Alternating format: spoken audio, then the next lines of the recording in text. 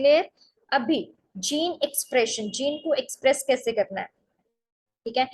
जो जीन्स है ना, ये डीएनए सीक्वेंस है जो इनकोड करती हैं प्रोटीन्स को। डीएनए सीक्वेंस वही प्यूरिन एंड pyrimidine से अटैच होती है स्पेसिफिक, वो जीन एक्सप्रेस करवाती हैं। जीन जो स्पेसिफिक जीन्स है उसे एक्सप्रेस करवाती हैं कौन सा प्रोटीन कौन बनना है, ठीक है। सो बेसिकली ये प्रोसेस है ना, ये इंफॉर्मेशन कंटेन्ड होता है। Gene begins to have effect in the cell. कौन सा जीन कब किस सेल में आपकी फॉर्मेशन क्रिएट करेगा, जो डीएनए इनकोड करता है, ये ट्रांसमिट्स करता है information from parent to offsprings. ये देखिए DNA and protein synthesis. DNA molecule है, आरएनए पॉलीमरेज आया, ठीक है, एमआरएनए बन गया, ट्रांसक्रिप्शन शुरू हो गया यहाँ पे। इसके बाद एक आपका, ये थोड़ा कॉम्प्लेक्स है, मैं आपको आगे जाकर बताती हूँ। ये वही है जो पीछे मैंने आपको स्लाइड पे दिखाया था ना, कि कैसे साइटोसोल के अंदर एंटर हो गया आपका, राइबोसोम से अटैच हो गया एमआरएनए बन के, तो ये कौन सी प्रोटीन, स्पेसिफिक प्रोटीन बनाएगा। So this is the another picture of the same. अभी ट्रांसक्रिप्शन जो है, ये की स्टेप होता है। Transcription is a very important step for the gene expression. वो कैसे ग्रोथ करेगा। ट्रांसक्रिप्शन शुरू होने से पहले आई वुड लाइक टू से कि आपको यहाँ से हर एक एंजाइम का नाम याद रखना बहुत इंपॉर्टेंट है। बिकॉज एंजाइम याद रहेगा तभी आपको आगे जाके पूरा प्रोसेस याद रहेगा। आरएनए पॉलीमरेज यहाँ पे एक्ट करेगी आपके डबल स्ट्रैंडेड डीएनए पे, ठीक है। ये रेप्लिकेशन फॉर्क थोड़ा सा ओपन हो गया in the presence of specific enzymes. अभी आपका क्या है, आरएनए पॉलीमरेज एंजाइम आके बाइंड कर गया, ये येलो कलर का, ठीक है। RNA polymerase attaching to the another complementary जो स्ट्रैंड था उस पे आके अटैच हो गया, शुरू हो गया, ठीक है। ये इसने ओपन अप कर दिया पूरे का पूरे डीएनए स्ट्रैंड, ठीक है। RNA complementary to one of the DNA strands, इसने कॉम्प्लीमेंट्री अपने अटैच कर दिए ना। तो अभी तक यही हुआ। उसके बाद ये डिसीजन टू ट्रांसक्राइब, अभी इसने जब इसने अटैच कर दिया तो अब ये क्या करेगा, ऑब्वियसली ये ट्रांसक्राइब करेगा ना। ट्रांसक्राइब का मतलब है कि उसे अपनी जेनेटिक इंफॉर्मेशन उसमें ट्रांसफर करेगा, ठीक है। सो इम्पोर्टेंट स्टेप है जीन कंट्रोल, एक्सप्रेशन कंट्रोल करने का। सो it is controlling the transcription starts and stops at the distinct sites of the end of the gene। ये एक स्पेसिफिक जीन में हो रहा है ना, तो उसने अपनी वहां से इंफॉर्मेशन ली डीएनए से, तो अपना वो चुपचाप निकल गया बाहर अपनी इंफॉर्मेशन कलेक्ट करके। Eukaryotic genes are segmented. अभी यूकैरियोट्स जो कॉम्प्लेक्स बॉडी स्ट्रक्चर होता है जिसका, जो ह्यूमन बींग्स भी उसी में आ जाते हैं, तो इनमें थोड़ा सा ये सेगमेंटेड टाइप में होता है। वहां पे सीधा आके आरएनए पॉलीमरेज अटैच हुआ, वो डीएनए को उसने ट्रांसक्रिप्टेस एंजाइम ने क्या किया, अटैच होकर अपने base pairs, complementary base pair attach कर दिए थे। उसके बाद वो निकल गया, अपना काम किया, उसने प्रोटीन्स लिए and it has gone.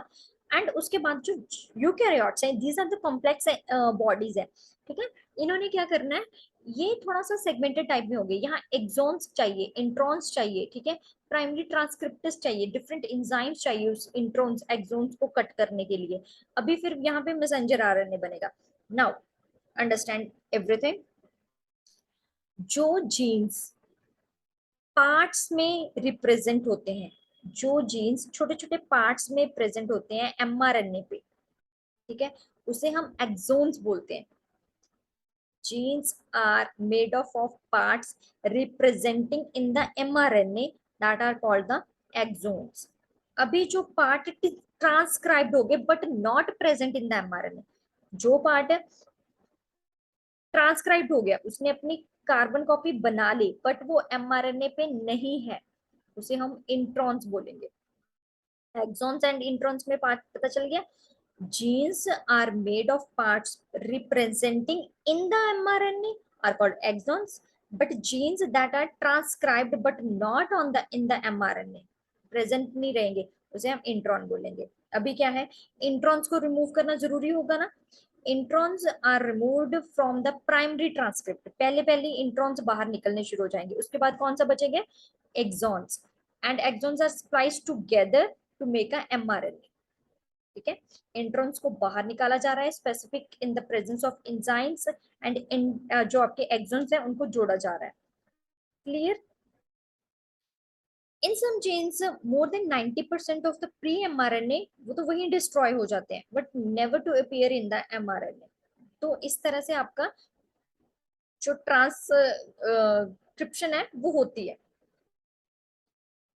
Now, this has a consequence that the count of our genes seriously underestimate the count of our different proteins. ठीक है, ये प्रोटीन ए बन गया, ये प्रोटीन बी बन गया. ए कई बार क्या होता है कि कुछ एक्सॉन्स के साथ इंट्रॉन्स चले जाते हैं, वो अपनी जाके प्रोटीन बना देते हैं.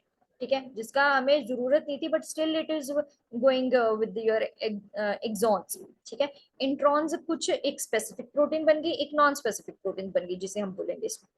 ठीक है, जेनेटिक कोड. जेनेटिक कोड तो हमें पता है दो ही चीजें कंट्रोल कर रही हैं, आपके प्यूरिन्स एंड पिरिमिडिन्स कंट्रोल कर रही हैं, एटीजीसी. तो नंबर ऑफ एक्सपेरिमेंट्स किए गए जेनेटिक कोड पे, जिसमें क्या था कि 3 लेटर वर्ड्स यूज किए गए थे, which codes the for particular amino acids के लिए. ठीक है, कि हमें ये पता लग सके कि कौन सी प्रोटीन बनी है. ठीक है, उस चीज को हमने 3 लेटर्स में वर्ड्स दे दिए थे, जिसे हम 3 न्यूक्लियोटाइड लेटर्स बोलेंगे और जिसे हम बोलेंगे कोडॉन्स. ठीक है, to understand which protein has been formed, the scientist had given the 3 letter words to the genetic code. ठीक है, जेनेटिक कोड के लिए उन्होंने 2-3 लेटर्स दे दिए थे, जिसे हम कोडॉन्स बोलेंगे. कोडॉन्स समझ आ गया, एक्सॉन्स, इंट्रॉन्स, कोडॉन्स. क्लियर. अभी वो 3 ट्रिपलेट्स कोड क्या थे वो हम देखेंगे, जैसे कि CGU एक कोडॉन, CUCA अनदर कोडॉन. मतलब ये आर्जिनिन के लिए था, ये सिरिन के लिए था, ये ट्रिप्टोफेन के लिए था, ये थ्रियोनिन के लिए था. ठीक है, हमें ऐसे कंफर्म होता गया ना कि ये प्रोटीन्स बन रही हैं अगर ये जो आपके बेस पेयर्स अटैच है. ठीक है, so codons for recognisation of the specific protein, यही था. ये देखिए, फिनाइल एलानिन के लिए ट्रिपल UUC भी हो सकता था, ल्यूसिन के लिए ये चीजें हो सकती थी. इस तरह से ये स्टॉप कॉडन है.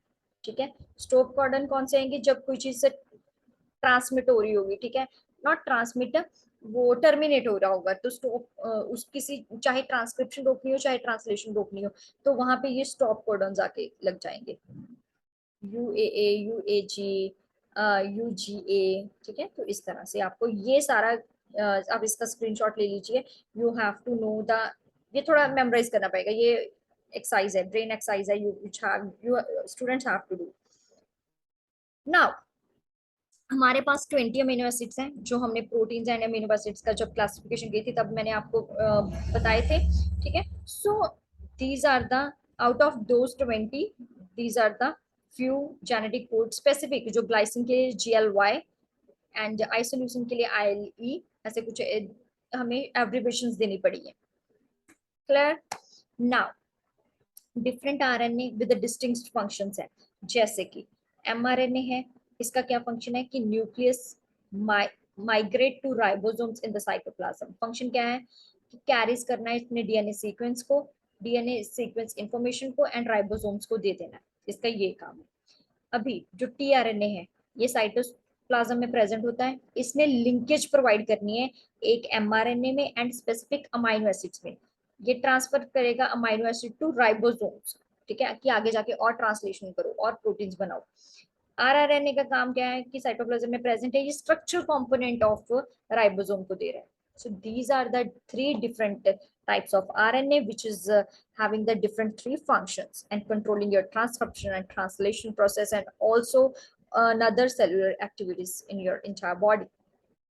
Now, जैसे कि आपका ट्रांसफर RNA बाइंडिंग आर्जिनिन के साथ हो गया. ठीक है, उस पे सबसे पहले तो mRNA कौन सा था, कोडॉन CGA. ठीक है, आर्जिनिन ये क्या है, अमाइनो एसिड अटैच इस साइड पे हो गया tRNA, एंड इसके ऑपोजिट कौन सा है, CUG, ये एंटी कोडॉन है. ये एंटी कोडॉन है, ये आपका कोडॉन है.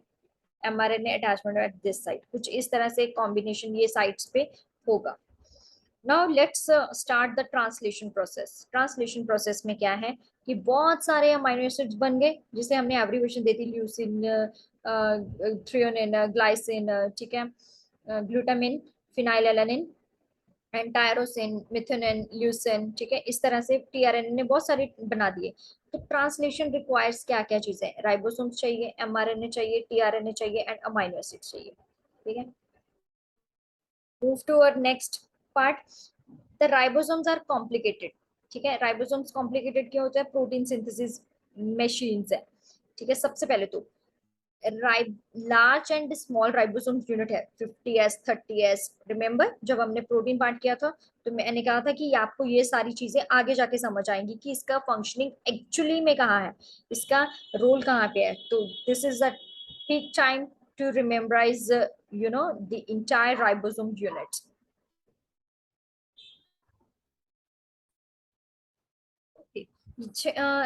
Here you can see the large and the small ribosomal unit। Ribosomes है, उस पे प्रोटीन्स आके डिफरेंट प्रोटीन्स आके अटैच हो गई। ये लार्जर यूनिट है, ये स्मॉलर यूनिट है। जो mRNA आपके पूरे का पूरा है उस पे स्मॉलर पार्ट में अटैच है, ये लार्जर पार्ट में जिसमें आपका प्रोटीन एंटर हो रहा है। ठीक है, नाउ बीप साइड पे क्या होता है कि बाइंडिंग साइट है, यहाँ पे स्पेसिफिक टीआरएनए आएगा। ठीक है, उसने प्रोटीन्स को अटैच करवाया अपनी लार्जर सब यूनिट पे। एंड फर्दर हम देखते हैं कि हाउ इट वुड वर्क। ये देखिए कुछ इस तरह से आपका साइक्लिक मल्टी स्टेप प्रोसेस में ट्रांसलेशन कंप्लीट होगा। ये फर्स्ट स्टेप में क्या हो रहा है कि टीआरएनए ने एक लेट से मिथनिन को करा दिया, उसका कोडॉन क्या है यूएजीसी, उसके कॉम्प्लीमेंट्री क्या क्या चीजें आएंगी एयूजी आएगा, स्टार्ट कोडॉन आ गया। ठीक है, आगे जाके ये स्पेसिफिक इसकी बाइंडिंग होगी इस कोडॉन के साथ कॉम्प्लीमेंट्री स्ट्रैंड पे। आगे जाके ईपीए साइट होती है, ये इंजाइम के साथ होती है, ये आपकी स्पेसिफिक बाइंडिंग साइट है। इसने क्या किया, मिथ्योनिन ने टीआरएनए के अनदर ये लूप है ना, इसका स्ट्रक्चर है, यहाँ से एक और कोडॉन जनरेट कर दिया उसने। नेक्स्ट टीआरएनए पे एक ल्यूसिन अटैच करके एक और अमीनो एसिड्स बन गया आपका। उसके बाद अगेन दो यहाँ से बन गए। ठीक है, दो स्टेप में कंप्लीट हो गया। उसके बाद थर्ड स्टेप में क्या है, ईपीए साइट्स है, मिथुनिन एंड ल्यूसिन बन गए दो। अभी ये इस चीज को छोड़ेंगे, इस चीज को लेफ्ट करेंगे। कैसे? फोर्थ स्टेप में आप देखिए कि पॉलीन्यूक्लियोटाइड चेन ऐसे बनती जा रही है। आगे जाके मिथुनिन ने एक और टीआरएनए मॉलिक्यूल जनरेट किया एंड उस पर एक और अमीनो एसिड जाके अटैच हो गया। नाउ इस तरह से आप देख सकते हैं कि यहाँ अमाइन ग्रुप है, पॉलीपेप्टाइड लॉन्ग चेन बन गई थी ना, बन रही थी अभी। तो इस साइड पे आपका कार्बोक्सिलिक ग्रुप अटैच होगा। Amine group and carboxyl group are definitely present on your long chain of your amino acids। ठीक है, प्रोटीन का जो सीक्वेंस है ना ये डिटरमिन करता है स्ट्रक्चर एंड इसकी फंक्शनिंग ऑफ द प्रोटीन को कंट्रोल करने के लिए। जो ट्रांसलेशन है ये इंफॉर्मेशन प्रेजेंट होती है एमआरएनए पे, is read by the ribosomes to synthesise the polypeptide chain. कुछ इस तरह से हम इसे रीड कर सकते हैं। Clear? Thank you so much guys. इतना ट्रांसक्रिप्शन ट्रांसलेशन डीएनए की रेप्लिकेशन डीएनए का स्ट्रक्चर देखने के लिए एंड उस चीज को अंडरस्टैंड किया। ठीक है, अगर नहीं कोई यहाँ तक बात समझे please let me know in the comment section. Thank you so much and catch me on with the more videos on the same channel. Follow and subscribe this channel on the YouTube as well as on the Instagram. Thank you so much.